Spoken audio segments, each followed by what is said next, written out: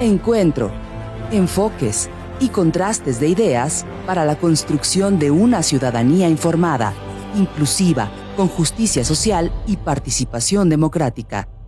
En voz alta. Muy buenas noches, estimados televidentes. Les agradecemos mucho el favor de su atención, como cada miércoles aquí en su programa En Voz Alta. Esta noche me acompaña, como todos los miércoles, Carlos Rentería. Carlos, muy buenas. Buenas noches. Me acompaña mi tocayo Arturo Maximiliano. Tocayo, ¿cómo estás, Charlie? Buenas noches.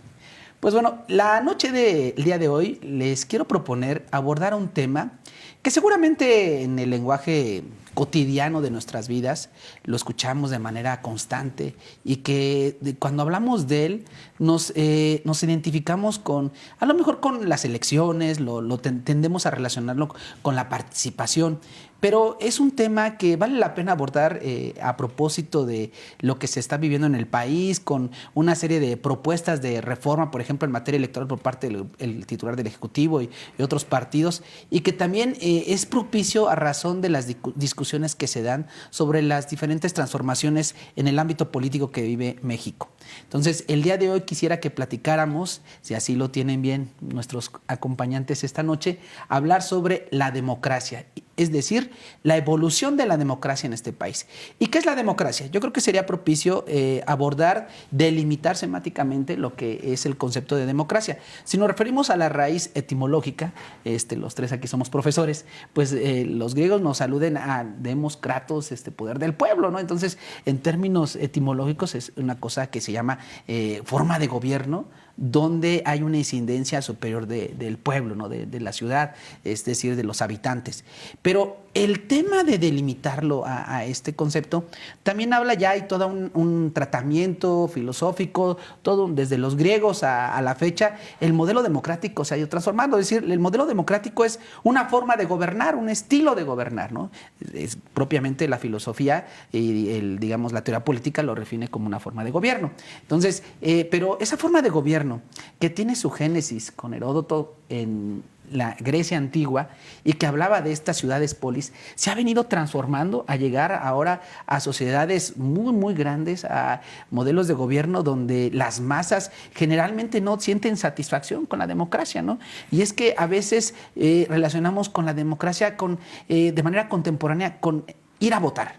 Y la democracia es una condición, las elecciones, pero tiene otras condiciones, Arturo, Carlos, tiene otras condiciones que tiene que ver, por ejemplo, con el diálogo, con la tolerancia, tiene que ver con la justicia social, es decir, la igualdad social, que las y los ciudadanos tengamos una base mínima para poder participar de las discusiones públicas y para podernos ocupar de los asuntos públicos, tendríamos que tener una base mínima que nos permita participar de los asuntos que a todos nos competen, ¿no? También hablamos de instituciones fuertes, hablamos de lo que algún teórico refiere como el acuerdo principal para el mecanismo de acceder al poder, ¿no?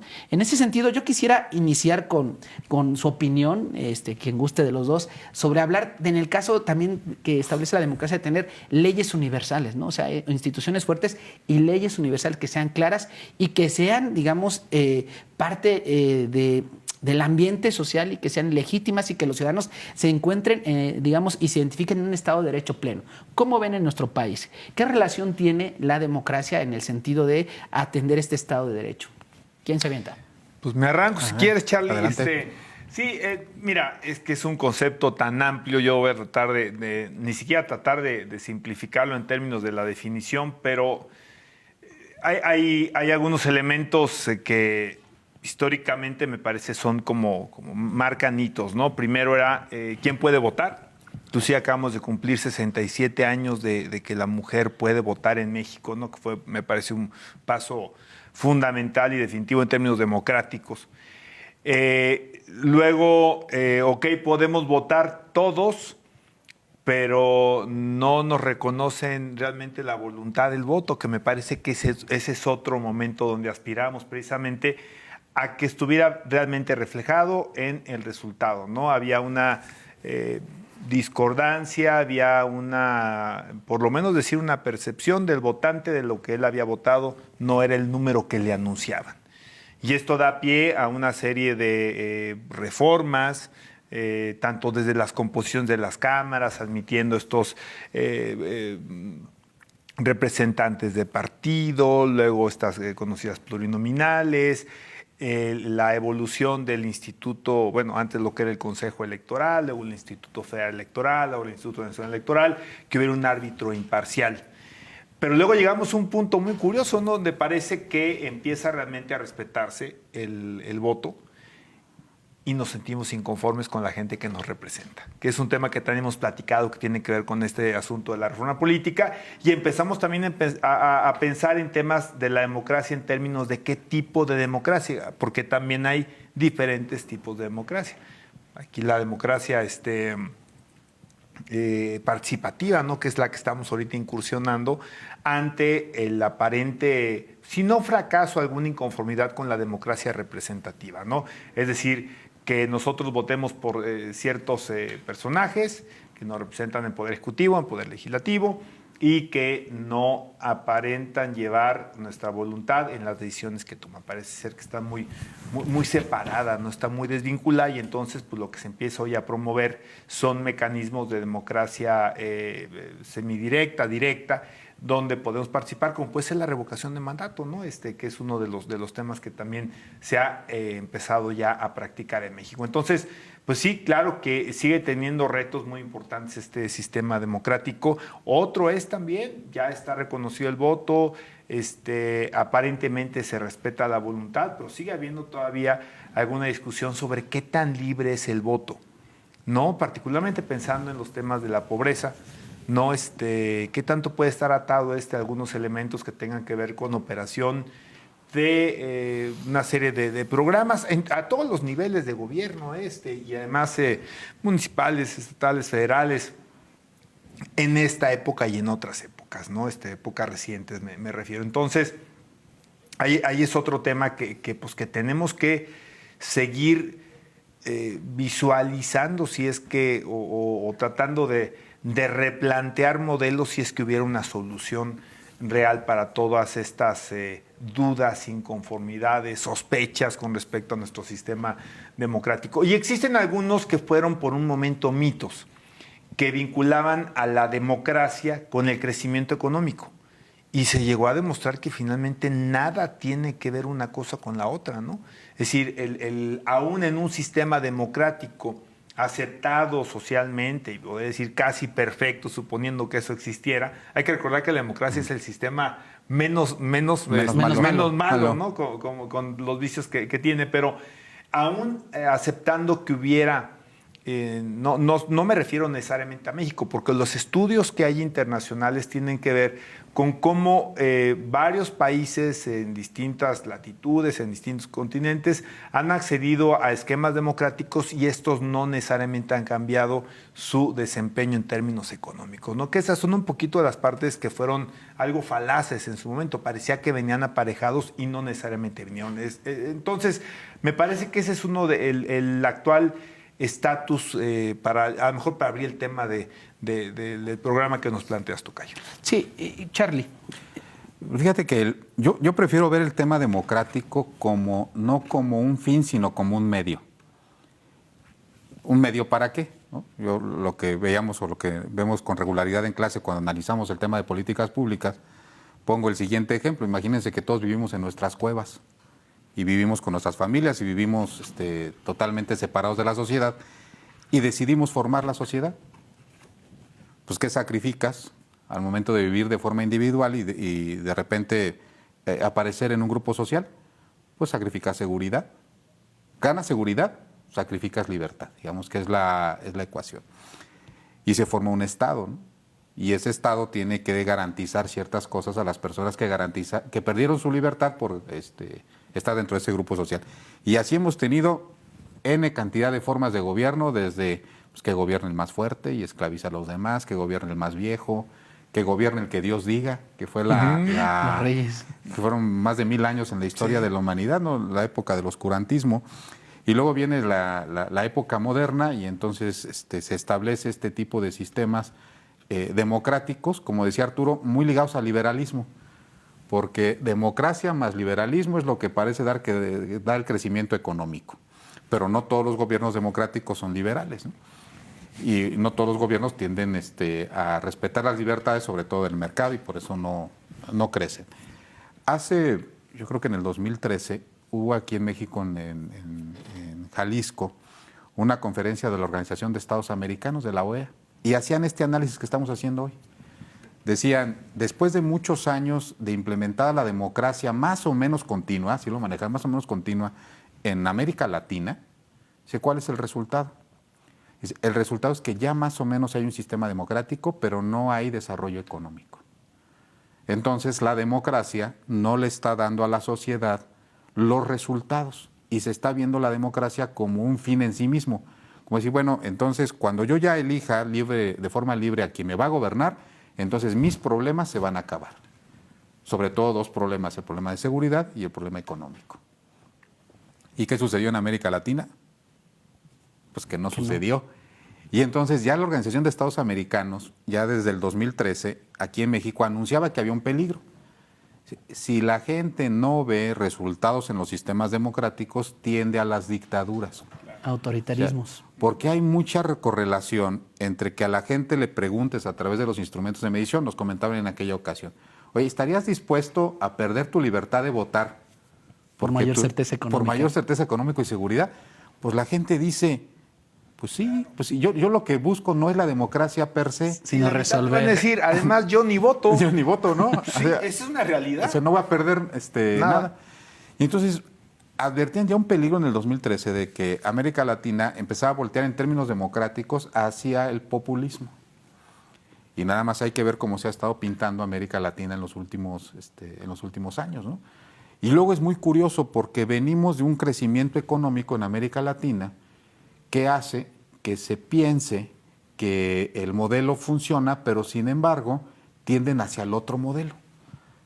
Entonces, cuando parece ser que hay crecimiento económico, entonces empieza a ganar la izquierda. Y parecería que las izquierdas, por lo menos en América Latina, meten en problemas económicos que después empiezan a ganar, pero parece una tanda gobiernos de derecha. Pero aún así, gobiernos de izquierda han venido, gobiernos de derecha han llegado, dictaduras militares hemos tenido, y el tema de los problemas de las personas, de la gente, no se soluciona. Claro. Y entonces dejan de salir a votar y entonces el sistema democrático ya no funciona porque tienes el derecho, pero pues no lo ejerces. ¿Por qué? Porque no va a resultado. No es el tema, pero cuando toquemos el tema de los migrantes, había una reflexión muy interesante de un analista político. Decía, ¿cómo es posible que haya tanta migración? Quiere decir que estas personas votaron por un sistema económico en su país que no les dio resultado y están migrando a otro país cuyo sistema político no quisieron implementar en su propio país. Sí. O sea, que es Estados Unidos, ¿no? Y entonces, pues ahí es la trampa de la democracia, ¿no? Sí, yo creo que Carlos y Arturo han hecho un análisis muy, muy bueno sobre esta discusión de la democracia. Me parece que, al igual que muchos teóricos, seguramente tienen complicidades ideológicas en el términos de acotar la democracia a la forma de gobierno, ¿no? Es decir, como lo explicaba Carlos muy bien, la forma de gobierno es el resultado legítimo de todas y todos nosotros por entender cómo vamos a organizar el Estado, cómo vamos a organizar para que estas personas nos representen. Pero también hay otra dimensión, y es la que me gustaría abordar con ustedes. O sea, cuando hablamos de democracia procedimental o cuando hablamos de democracia en su sentido amplio, implica una serie de condiciones. O sea, lo hablábamos al inicio, que tiene que ver, o sea, Arturo hacía un recuento de la evolución de la parte electoral, ¿no? Hablaba Arturo del INE, de las reformas en materia político-electoral. Tú hiciste ya muy bien una distinción de estos modelos democráticos y su asociación con los modelos económicos. Pero habría que entrarle a entender que la democracia no solo se refiere a la cuestión procedimental. La democracia en un sentido amplio implica una forma de organizarnos como sociedad, no solamente como una forma de gobierno, sino una forma de organizarnos como sociedad. Y al hablar de una forma de organizarnos como sociedad, estamos hablando de otras condiciones. Es decir, hablar de la democracia en el sentido amplio implica hablar de otras condiciones como lo son la igualdad. Y solo por dar, o sea, lo refería al principio, a ver, si nosotros empezamos a analizar estos aspectos, por ejemplo, el tema de la igualdad, o sea, me refiero no porque todos tengamos que ser iguales, ¿no? O sea, no, me refiero al sentido de que en términos de igualdad social, es decir, que cualquier ciudadano tenga un piso parejo, digamos, o buscar que la mayoría de los ciudadanos pudiera tener un piso parejo cuando menos. No que tengamos que tener, es una utopía, desde luego que todos nacemos y ya tienes el mismo reparto de bienes y servicios. Desde luego que es una utopía en la sociedad real, ¿no? Pero sí, yo creo que cuando menos que el Estado garantizara una base mínima. Y hay un dato que me brincó, porque yo me hacía la pregunta, a ver, ¿cómo le dices a las y los ciudadanos que participen en los asuntos públicos? ¿Cómo les dicen el tema del agua en Querétaro? ¿Dónde están? ¿No? Supongamos que si hubiera un problema del tema del agua, que hubiera en el tema del transporte. O sea, hay muchos temas que en Querétaro seguramente pues a algunos nos llaman la atención y nos preguntamos, lo decía Carlos en un programa, oye, ¿a qué se le atribuye que la gente no brinque, ¿no? Que no tenga? Entonces digo, pues hay otras condiciones detrás de esta, digamos, nula participación de la actividad pública. Ahora las redes sociales te permiten discutir públicamente desde la comodidad de un sillón, pero también hay otras condiciones que tienen que ver con este principio de la desigualdad social que hay en este país. Y por darles un dato y para entrarle un poco al debate con ustedes, a ver, fíjense, en México, según el INCO, y es el Instituto Mexicano de la Competitividad, el INCO, pues bueno, define, por ejemplo, las condiciones de pobreza con 3 factores, y esto a lo mejor Carlos lo tiene más claro, ¿no? El ingreso, la salud y la educación. Es decir, si hay una persona que tiene desigualdades al nacer con esas condiciones, dependiendo de la zona donde nazca, tiene un grado más alto de vulnerabilidad y por lo tanto puede acceder a las condiciones, digamos, a las estadísticas de pobreza, ¿no? Y decía este informe que es de 2019, no encontré el más reciente, pero ya hace de 3 años, antes de la pandemia, por cierto que ahorita los datos han de ser un poco más preocupantes, pero este informe nos refiere, que dice una frase que ya algunos sociólogos la habían esgrimido y antropólogos, ¿no? Origen es destino. Una persona que nace en condiciones de desigualdad social, es decir, cuyo origen es muy limitado en estos 3 factores, pues tiene muy difícil la movilidad social. Es decir, solo 3 de cada 10 mexicanos tienen la posibilidad de moverse dentro de la estructura económica. ¿Qué quiere decir esto? Que solo 3 de cada 10 pudieran moverse, si naces pobre, pues acceder a un estatus más o menos. O a la inversa, ¿eh? O a la inversa, pero a la inversa pasa un detalle bien interesante, Carlos. Este informe refiere, y eso, que nace rico, solo el 40% puede dejar de ser rico. El 60% de los que nacen rico tienen garantizado su permanencia, la suya y la de la siguiente generación. En este país, porque en este país la desigualdad es mucho más fuerte que en países, por ejemplo, con África, ¿no? Entonces, ese es un tema interesante. Y luego el dato que también me llamó mucho la atención, 3 de cada 10 mexicanos, 3 de cada 100 mexicanos de los que están en la estructura social, de los más vulnerables, tendrían la posibilidad de crecer económicamente. 3 de cada 100, o sea, eso es todavía mucho más alarmante. Entonces, yo me preguntaba, en estas condiciones de desigualdad, ¿cómo le pides a la gente que participe? Pareciera que hay un modelo perverso de seguir reproduciendo las desigualdades, aún en este modelo democrático, porque, digamos, mucha gente, muchos teóricos, incluso académicos, dicen, en México estamos en transición a la democracia. Y empezó la transición con la alternancia. No, espérame, la democracia es otra cosa, en el sentido amplio. Yo creo que hay una certeza. En México, la democracia procedimental la tenemos garantizada con lo que hablaba Arturo. Toda esta parte electoral, o sea, eso es una democracia electoral. O sea, en México tenemos la posibilidad y la certeza de que el voto cuenta y se cuenta bien. Y no le estoy haciendo promoción al INE para que no lo desaparezca. No, la verdad es que tenemos una institución muy fuerte. El Instituto Nacional Electoral repite modelos en otros países, vienen gente a capacitar de otros países. Entonces, en esa parte creo que en el sentido democrático, procedimental estamos bien. Pero en el sentido de democracia social amplio, pues estas condiciones llaman la atención, ¿no, Arturo? Sí, no. De hecho, la Constitución es muy clara, ¿no? Que la democracia no está constreñida a un sistema meramente de orden político o procedimental, como lo defines tú. Es decir, no solamente es el acceso al voto lo que condiciona la aspiración democrática de un país. Y claro, entran estos factores que tienen que ver con también la movilidad social, que tienen que ver inclusive con el ejercicio de ciertos derechos que pues como que hoy categorizamos normalmente dentro del ámbito de los derechos humanos, que son fundamentales, ¿no? El acceso a la información, el acceso a la salud, el acceso a la vivienda, al Internet mismo, que es hoy un derecho constitucionalmente consagrado. Entonces, claro que hay muchos elementos que tienen que... Y me freno en el tema del Internet, ¿no? Hoy es un elemento determinante para la democracia en el mundo. Tan es así que algunos de los movimientos más importantes, inclusive podemos decir revoluciones modernas que se han dado en el Medio Oriente, en Egipto, por ejemplo, pues, se han generado a partir de las propias redes sociales, si no probablemente no se hubieran dado, ¿no? El tema es que hay que ver el resultado de lo que también se da con esto. ¿Se dan mejores gobiernos? Pues no necesariamente. El mismo Egipto creo que es un caso que funcionó un tanto cuanto a la inversa. Y bueno, pues reitero, es algo mucho más amplio este elemento de lo que realmente significa la democracia y cómo podemos alcanzarla. Claramente la disparidad no ayuda en nada a que esto se logre. Y creo que además también yo pensaría que la democracia luego es un poco como la felicidad, ¿no? No es un estado permanente. En términos de qué nos da ese satisfactor donde aparentemente ya llegamos al punto. El caso de Chile, ¿no?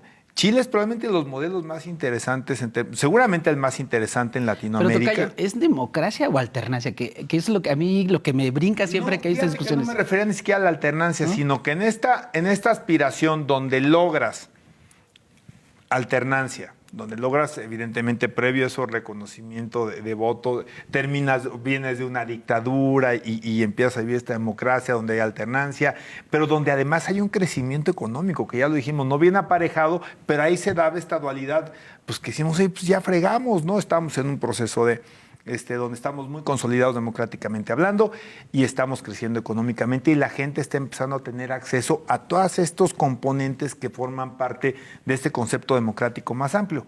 Y de repente, ¡pum!, truena, ¿no? Parece ser que hay una especie de inconformidad en las clases medias formadas precisamente producto de esta democracia, de este acceso a los derechos fundamentales, de este acceso a mayores recursos, y de repente te encuentras que truena y que se vuelve un movimiento pues en la lucha por a lo mejor una transformación también de la forma en la que pues se da esta democracia dentro de Chile o en la forma como se gobierna, pero parece que es un elemento inacabado, ¿no? ¿En qué punto estamos completamente satisfechos con lo que tenemos en la parte democrática o en la parte económica, si es que la quieres aparejar? Y por eso platicábamos, ¿no?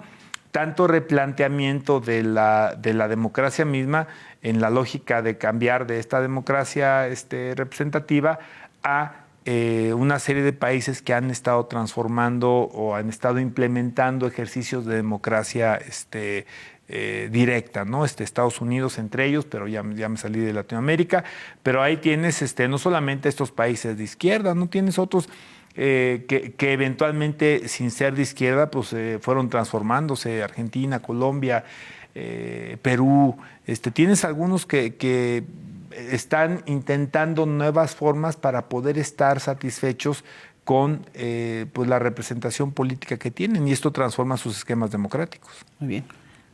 Yo creo que contesta parte de tu pregunta la declaración del presidente, aquella que dice los que tienen menos preparación académica, o sea, llámese también equiparable a los pobres, son mi base social, ¿no? Que son los que votan por Morena. Esa frase yo la había visto, no escuchado en el PRI. O sea, las bases sociales del PRI durante los cerca de 70 años que se mantuvo como partido hegemónico eran las bases sociales de la gente menos favorecida. Y la perdieron. Yo recuerdo casos emblemáticos en el caso del municipio de Querétaro, de colonias en donde se hicieron grandes inversiones con gobiernos priistas, y cuando se alcanzaba que mejoraba la condición de esta colonia, de estas zonas, el voto se volvía del PAN. Y saber cómo está, cómo está la ecuación. O sea, mientras se mantienen en ciertas condiciones que tú mencionabas de desigualdad social, parecía que tenías el voto cautivo. Tan pronto como esto evoluciona, el sentido del voto cambia. Había una frase sobre el Partido Comunista Chino que decía, bueno, ¿por dónde va a salir el Partido Comunista? Y dice, cuando la gente mejore el ingreso, al primero que le va a cortar la cabeza es al Partido Comunista Chino, ¿no? O sea, por mencionar un partido totalmente arraigado, pues que es un partido de Estado, ¿no? Uh-huh. Pero decía, bueno, la economía, cuando empieza a crecer la economía de aquel país, entonces al primero que le va a dar las gracias es al partido que lo llevó a ese bienestar económico. Entonces, me parece que hay una perversidad en la democracia para mantener clientelas en ciertos estándares de desarrollo económico. Pues ve el sur del país, ¿no? O el caso que veíamos en estos últimos días del caso del estado de Hidalgo, uno de los estados con una tasa de las más bajas, a pesar de que está rodeado de estados muy exitosos como la Ciudad de México, como el Estado de México, como Querétaro, era un estado altamente rezagado en sus indicadores de pobreza. Y ahorita, apenas ahorita logra un cambio. Pasó en el caso del estado de Veracruz. Yo sé que democracia y alternancia no es lo mismo, pero yo creo que la alternancia favorece para que la democracia le dé más resultados a las personas. Indudablemente, creo que no se puede tener un sistema democrático consolidado mientras se mantenga gente en condiciones de pobreza. Pero aquí volvemos al otro dilema. Si tú eres de izquierda, entonces sostienes la teoría de que la gente no es pobre porque quiere, sino porque son las circunstancias que lo rodean, y entonces la izquierda sostiene que hay que poner políticas públicas para mejorar esas condiciones y que la gente pueda crecer. Pero si tú eres de derecha, entonces intrínsecamente crees, o por lo menos eso es lo que sostiene, que la gente es pobre porque quiere. Y entonces, como es una decisión personal, no generas políticas públicas para sacarlo de esta estadía. Y entonces, pues ahí la democracia sí importa por quién estás votando, porque entonces se van a generar políticas o no. Tú lo estás dando como si fuera un hecho, ¿no? O sea, cualquier gobierno tiene que combatir la pobreza. Pues no. También depende de un tema de la ideología, de por qué se crea que la gente es pobre. Yo lo adelanto, yo no creo que la gente sea pobre porque quiera, sino porque son un montón de circunstancias las que lo condicionan. Pero no solamente es decirlo. O sea, yo te podría seleccionar los gobernantes en la mano, o sea, y me faltarían dedos de la mano y de los pies para decir, dicen que son de izquierda, pero se comportan de derecha porque no hacen una sola política para sacar a la gente de la condición en la que se encuentran, ¿eh? Pues sí, muy interesante discusión. Esperemos que esto le esté abonando a usted para que tenga una perspectiva mucho más amplia de lo que es el concepto de democracia en el sentido amplio, y desde luego atraviesa por esta forma de gobierno. ¿Les parece si hacemos un corte? Regresamos con esta discusión sobre la democracia, en virtud de que es importante dejar claro que, digamos, ya lo decía Carlos, ¿no? O sea, la situación de lo que nos afecta a todos tiene que ser decidido por una gran mayoría. Sin embargo, pareciera ser que estas democracias, incluso procedimentales y representativas, ahora ya queremos llegar a las participativas, pero representativas, pues se han enquistado ciertos grupos, ciertas élites que no saben diferenciar en el sentido último la función del Estado del sector privado, por ejemplo, ¿no? Entonces, ahí se vuelve importante atender, sí, la parte procedimental, pero también es importante que nosotros como ciudadanas y ciudadanos, pues alimentemos la discusión y en la medida de nuestras posibilidades tengamos. O sea, yo recuerdo un dato no muy lejano, cuando le preguntaban las últimas encuestas que sacaba la Secretaría de Gobernación, se acordarán, ya hace tiempo que no, pero hablaban sobre, le preguntaban a la nación, oiga, ¿cuántos de usted tiene una buena o mala opinión de la política? Para empezar, pues 7 de cada 10 mexicanos pensaban horrible pocos, de la política. Ajá.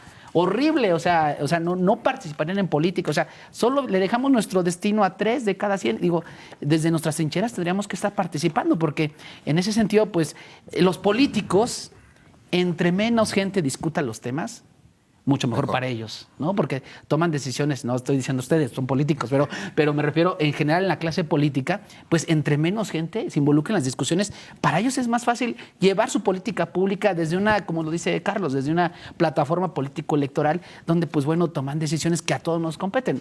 Ejemplo básico, ¿no? Ahorita tenemos una magna obra de 5 de febrero, y sobre eso, pues bueno, la gente debe estar participando. Entonces, creo que por ahí va el tema. Si les parece, vamos a un corte. Ya me amplié un poquito más, pero vamos por un corte. Regresamos para cerrar el tema de la democracia y me gustaría abordar el tema que estamos viviendo que tiene que ver con la reciente aniversario de la 4T, ¿no? ¿Qué les parece? Regresamos.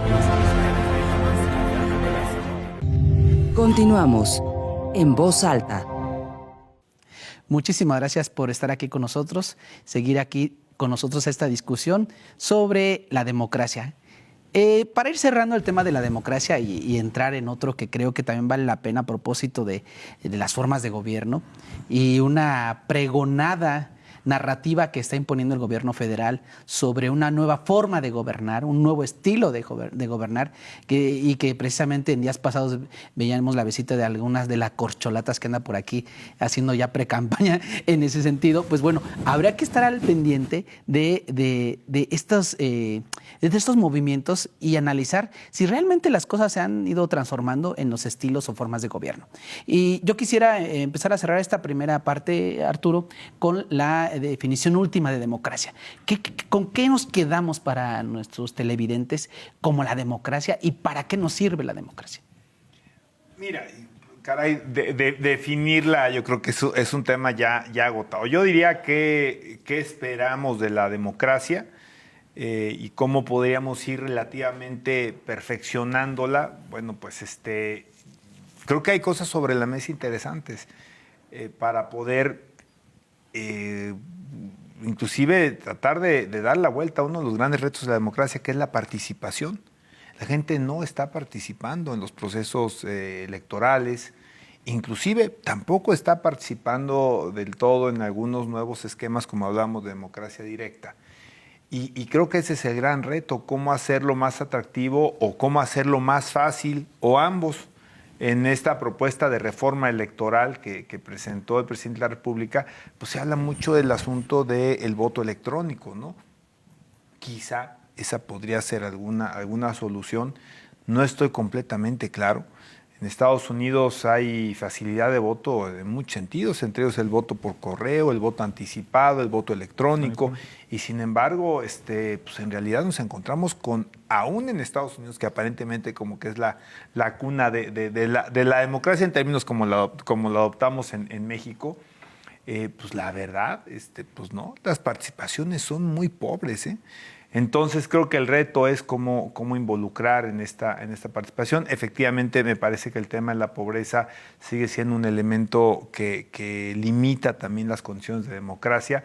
Las razones que te hacen votar o los compromisos que adquieres en alguna forma informal para poder retribuir alguna situación que tú sientes un compromiso porque fuiste beneficiado, ¿no? Entonces, sí creo que son retos importantes.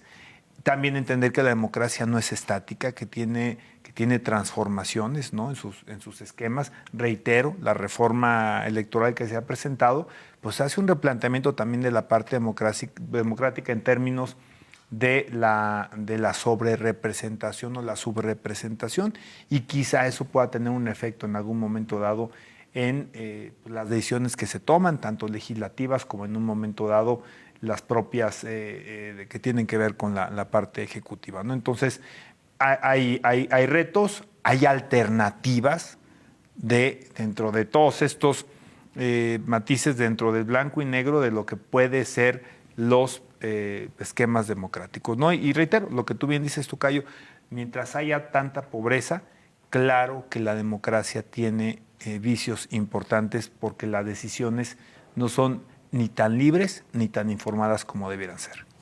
Carlos, a ver. Pero yo sé por dónde va la pregunta. La he escuchado desde la primaria, ¿eh? O sea, en serio. O sea, no, ¿en serio? Casi me faltó escucharla en el kinder, cuando nos dicen, es que la democracia tiene que ser una forma de vida. Claro. Como si Yo coincido con esa lo visión, interiorizáramos. Pero fíjate que pasa algo muy curioso. La democracia está prácticamente consolidándose en los temas públicos. Pero ¿cuáles son las instituciones que equiparan a las instituciones públicas en la vida privada? En las empresas, pues dime cuáles son los procesos democráticos. Simplemente no los hay.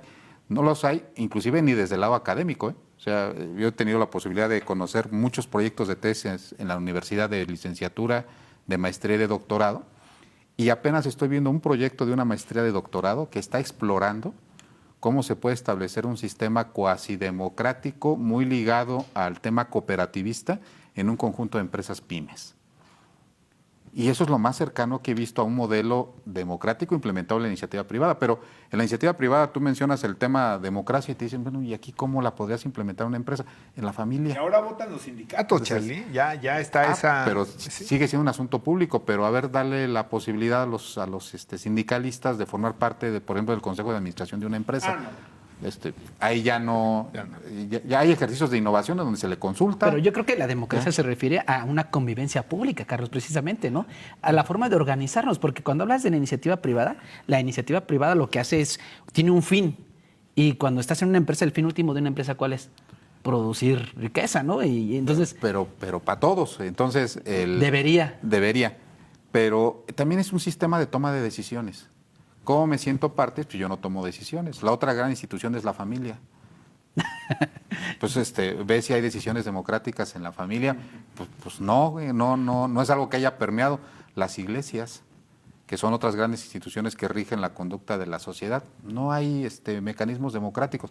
Los hay de convivencia, pero, pues, por ejemplo, todavía en la iglesia católica, en la cual muchos profesamos, pues tiene mucho que ver con el tema de democracia, e inclusive es algo que no lo toca como un asunto interior, sino más bien como un asunto exterior. Y así te puedes ir con las instituciones en la vida privada, y no hay principios democráticos. Hay lo más cercano que encontré en la empresa fue un libro que se llamaba Un tipo de liderazgo situacional, y hablaba del tipo de liderazgo democrático cuando medio tomas en cuenta la opinión y temas de liderazgo un poco más autocrático, ¿no? Pero no veo permeando los conceptos de la democracia en los otros ámbitos de la vida. Entonces, Carlos, para ir acotando, ¿no? en términos de definición, dice Arturo, ya está agotado. Sí, yo creo que sí y no, pero en la parte, a ver, la parte de delimitarla, ¿no? Como cuando hacemos en las tesis, delimitemos el concepto. Entonces tú dirías, ¿sabes qué? La democracia es una forma de organización pública nada más, ligada a las formas de gobierno. Es una forma de toma de decisión. Pero en el caso, digamos... En la praxis debería de ser de la sociedad, pero está circunscrita, en el caso de nuestro país, a los temas públicos y a veces. ¿Y estamos en una democracia, Arturo, en México? ¿O no hay democracia? No, yo estoy convencido de que hay democracia y de que tiene que apretarse ciertos tornillos, ¿no? Y por qué no, que puede ser sujeto a un proceso de transformación. El elemento transformador que ya se dio, y ahorita a ver si lo analizamos como un tema de la 4T, porque sí creo que es interesante, es el de la revocación de mandato. Y no me refiero ni siquiera al ejercicio 2022, me refiero a la figura misma. Si quieren, ahorita le entramos para no abarcar más ese tema, ¿no?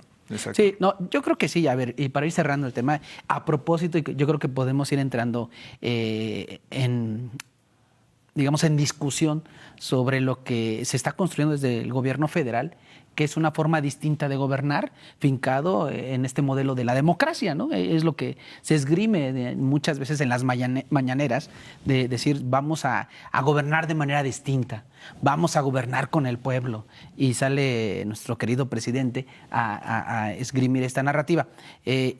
Yo considero que la democracia sí...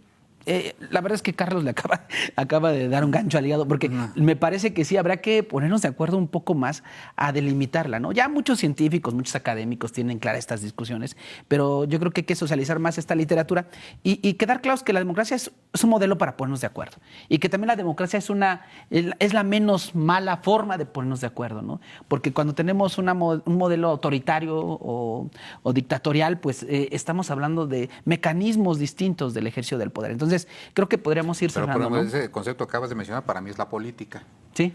Y la política es diferente a la democracia. Democracia como forma de vida, ¿no? Como organización porque social. La política es puedes llamarlo un arte, una ciencia, sin embargo son herramientas con las cuales nos ponemos de acuerdo para no agarrarnos a balazos, ¿no? Sí, que es uno de los mecanismos que menciona Huntington. Por ejemplo, el mecanismo para acceder al poder y no agarrarnos a balazos, pues dice, son las elecciones. Y por ahí se va Arturo, ¿no? Dice, a ver, pues es lo que se está perfeccionando. Y yo creo que sí, Goldenberg tiene mucha literatura al respecto y refiere que, pues a ver, me diría Arturo Marcial, pues ¿por dónde quieres que le entremos a la democracia? ¿Por la pobreza? Pues no vamos a poder. Entrémosle por lo que sí, que es lo procedimental, es decir, lo electoral y lo institucional. Pero ¿no? fíjate que es curioso. Puede haber democracia sin que haya elecciones, cuando hay política. Y se hizo un silencio, ¿no? ¿Cómo está la fórmula, no? ¿Sabes por qué me quedé también pensando tu comentario, Charlie, y un poquito la presión de mi tocayo, ¿no? De definir la democracia? Porque pues hay quien la define y a lo mejor no se apega necesariamente a los elementos que estamos platicando. recientemente hubo una definición de facto de democracia, que podíamos estar hasta de acuerdo, ¿eh? En la Cumbre está de las Américas, ¿no? Se hizo una definición por parte de Estados Unidos de qué países no cumplían con ese requisito. Ah, sí, que por eso no los invitaban, ¿no? Pues no los invitaron. Por no ser democráticos. No, por no ser democráticos, porque trazaron elementos donde dicen, no, aquí no hay democracia. No hay respeto a los derechos humanos en ese país, por ejemplo. Esa fue la decisión, pero a lo mejor no se hizo política, Charlie, ¿no? Porque pueden decir, ¿sabes qué? Pues que asistan y que aguanten vara, ¿no? Vamos a poner también sobre la mesa estas de alguna forma definidas como efectivamente carencia de respeto a derechos humanos, de respeto a elecciones, o inclusive no celebración de elecciones, o los ataques contra los opositores, encarcelamiento, etcétera. Yo quiero un gran foro para platicarlo y para exhibirlo, no en un momento dado. Entonces, pues ahí tenemos este debate que se da y que de hecho está generando consecuencias en esta relación entre las naciones, que ya definieron, aquí no hay democracia. Pero fíjate, voy a poner a lo mejor un ejemplo estudiantil. Hubo una federación de estudiantes que al no haber política y no ponerse de acuerdo, ¿cómo se decidió? En un volado. En un volado. O sea, y tú dices, bueno, el agotamiento de la política propicia que la toma de decisiones se pudiera hacer por la vía democrática. Entonces, parecería que uno es la consecuencia de la falta de lo otro. Estaba revisando ahora un libro que editó la Legislatura del Estado con la primera constitución local, la que se deriva de 1824, de la Constitución de la República, y dice de forma muy clara, que cuando haya una elección y queden empatados, y lo dice la Constitución, está muy curioso, lo decidirá la suerte. O sea, estaba en la norma que al agotamiento de la parte política, inclusive se agota la parte política y entonces como no nos ponemos de acuerdo, hay un proceso electoral. Y si el proceso electoral sale empatado, entonces lo decide la suerte. Yo decía en mi enunciado, ¿puede haber democracia sin elecciones? Sin elecciones porque hay política? Claro, pues están los partidos, la clásica de que vamos a hacer una asamblea, nos vamos a postular cualesquiera de los tres, pero no llegamos a la asamblea, llegamos con candidato único. ¿Y hay democracia? Hubo política. Hubo política, sí, pero democracia no. Ya no fue. Si se presenta uno solo producto del acuerdo, ¿Perdón? Pues, oye, eso sí lo he visto yo, ¿eh? No, En épocas modernas y en partidos políticos, ya no voy a decir nombres y apellidos, pero sí ha habido quien se las ha arreglado para registrarse de forma única. Sí, claro. Y ahí está, bueno, las corcholatas que acabas de mencionar, que son 3 las oficiales y una que andan metiendo, y sí. otra 3 las piratas, ¿no? Porque ya por lo menos conté 2 que dicen, uno que le dice... Lo voy a decir. En 2000... Ay, caray, 2018, perdón. No, hombre, ya me estoy... De la presidencial, perdóname, efectivamente 2018. Hubo un proceso interno presidencial en el PAN donde solo se registró un candidato. Y se llevó a cabo la elección con un solo candidato, ¿no? ¿Para qué efectos? Pues a lo mejor para simular un acto democrático. Hay estatutos que así lo mencionan. Ya pasó en el país, pues José López Portillo. O sea, y hubo un proceso electoral. Yo recuerdo que el PAN no inscribió candidato, no sé si algún otro partido lo haya hecho, pero pasó a la historia como prácticamente el candidato único. Yo sostengo que aún ahí es un sistema democrático y que cuando la política democrático se agota, corporativista, ¿no? O sea, cuando la democracia se agota, cuando la política se agota, es cuando sueltas el asunto y dices, bueno, entonces como no nos pusimos de acuerdo, que la gente elija, entre cualesquiera de nosotros 3. Y precisamente ahí es donde empieza el tema de las divisiones, porque desafortunadamente estamos en México y los candidatos que no se ven representados, aunque después se pongan de acuerdo ya en una praxis política, la base queda dividida. sí. O sea, es bien difícil que las pasiones se sanen, ¿no? Sí. Yo recuerdo aquí un proceso de rectoría, precisamente cuando sale electo el hoy senador Gilberto Herrera, un proceso de esa naturaleza, donde 2 candidatos se intentan unir para después, en la segunda vuelta, pues ya no hubo forma de acercar las bases que se habían estado atacando con tanta fiereza en los procedimientos, ¿no? Yo ese riesgo No es el tema, pero lo veo en el tema de las abiertas que están teniendo por lo menos Morena a nivel nacional, ¿no? Y precisamente, entrando ya un poco en este contexto de la narrativa que se despliega sobre la 4T, a propósito de su aniversario y a propósito de que ya de una incluso promoción de reformas estructurales en el ámbito electoral que fortalecerían la democracia en este país, hay figuras interesantes, ya la hemos abordado en este programa en anteriores ocasiones. Una de ellas también puede ser la revocación de mandato, Arturo. A ver, ¿cómo ves? ¿Realmente sí hay una, digamos, una clara acción contundente del gobierno federal por fortalecer la democracia a través, por ejemplo, de esta figura? ¿O es una simulación? No, yo estoy convencido de que así es, de que son figuras que sí transforman el modelo democrático. Y por eso insisto, a ver, hoy es que la revocación que se dio, el ejercicio revocatorio que se dio en el 2022, fue una puesta en escena del presidente, ¿no? Para lograr un segundo empujón en la mitad prácticamente de su mandato, ¿no?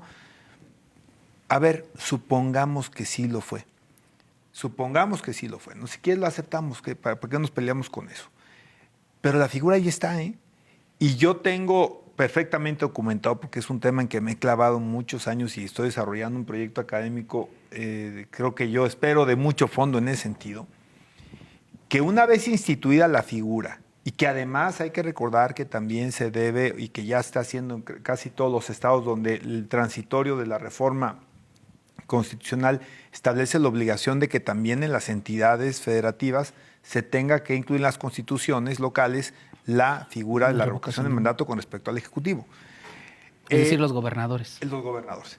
¿Qué va a pasar en el 2028? ¿No? Oye, vamos a ir a un proceso de revocación del mandato. ¿En qué condiciones? ¿En qué a lo mejor popularidad o impopularidad del gobernante? ¿Con qué fuerza de la oposición?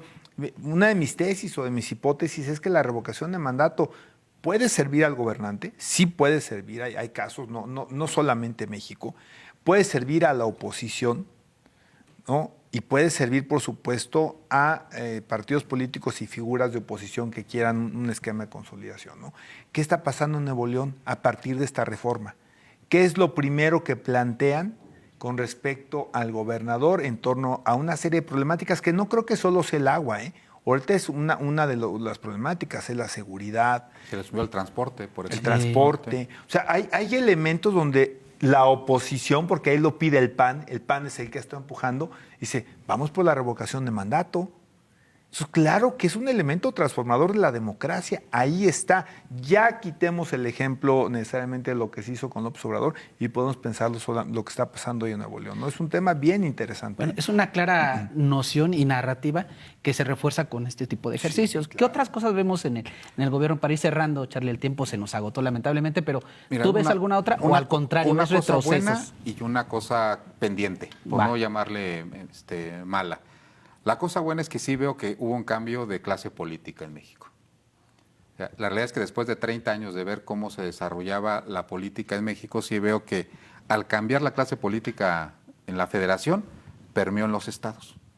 Aquí todavía Querétaro tenemos todavía una lucha por hacer porque todavía estamos cooptados por una clase que migra de partido en partido, pero que a final de cuentas se mueve por un asunto de familias, sí, claro, ¿no? En el caso del estado de Querétaro. Pero a nivel nacional, creo que ya hubo una migración hacia por lo menos otras élites que están ostentando ya el poder. Lo que queda pendiente, sí anunciaron este gobierno como un gobierno transformador. Y la realidad es que el bono democrático que recibió Andrés Manuel, por lo menos hasta la fecha, no se ha reflejado en las grandes transformaciones que requiere el país. Comparándolo con el gobierno de Peña, pues Peña tuvo 13 reformas estructurales. Ahora resulta que al corte parecería más transformador el gobierno de Peña sin anunciarlo que que se anuncia como el gobierno de la transformación. Hay grandes pendientes, por ejemplo, para cambiar. Y no me gusta compararlo con el tema de Calderón, pero Calderón toca una ley, que es la ley de coordinación fiscal, y le dio el dinero a los estados más ricos. O sea, toca el sistema de cómo se distribuye el dinero en México y privilegia a los estados que aportan más al Producto Interno Bruto. Todo el mundo esperaríamos que Andrés Manuel lo volviera a tocar y rescatar a los estados más pobres. Sin embargo, ni siquiera lo ha mencionado. Okay. Y así te podría mencionar una serie de cosas que están pendientes, ¿no? Sí, pues sin duda el tiempo en televisión se va muy, muy rápido. Seguiremos pendientes, ojalá podamos retomar este tema de a propósito del aniversario de la Cuarta Transformación. Y yo creo que la discusión de esta noche pudiera abonarle a usted, que nos hace el favor de sintonizarnos o de vernos en estas plataformas de redes sociales, pues para reflexionar en torno a la sociedad en la que se desarrolla, es decir, en torno a las decisiones que se toman y hasta cuánto, digamos, tenemos la posibilidad de participar de las discusiones públicas, que a final de cuentas ese es el sentido último de la democracia. Yo cerraría con una reflexión que ya se adelantó por ahí, que sí, hay muchas formas de organizarnos, ya sea de manera privada, de manera social o de forma de gobernar, pero la menos peor sin duda siempre será la democracia. Les agradecemos su atención, nos vemos el próximo miércoles por TVWAC en el 24.1.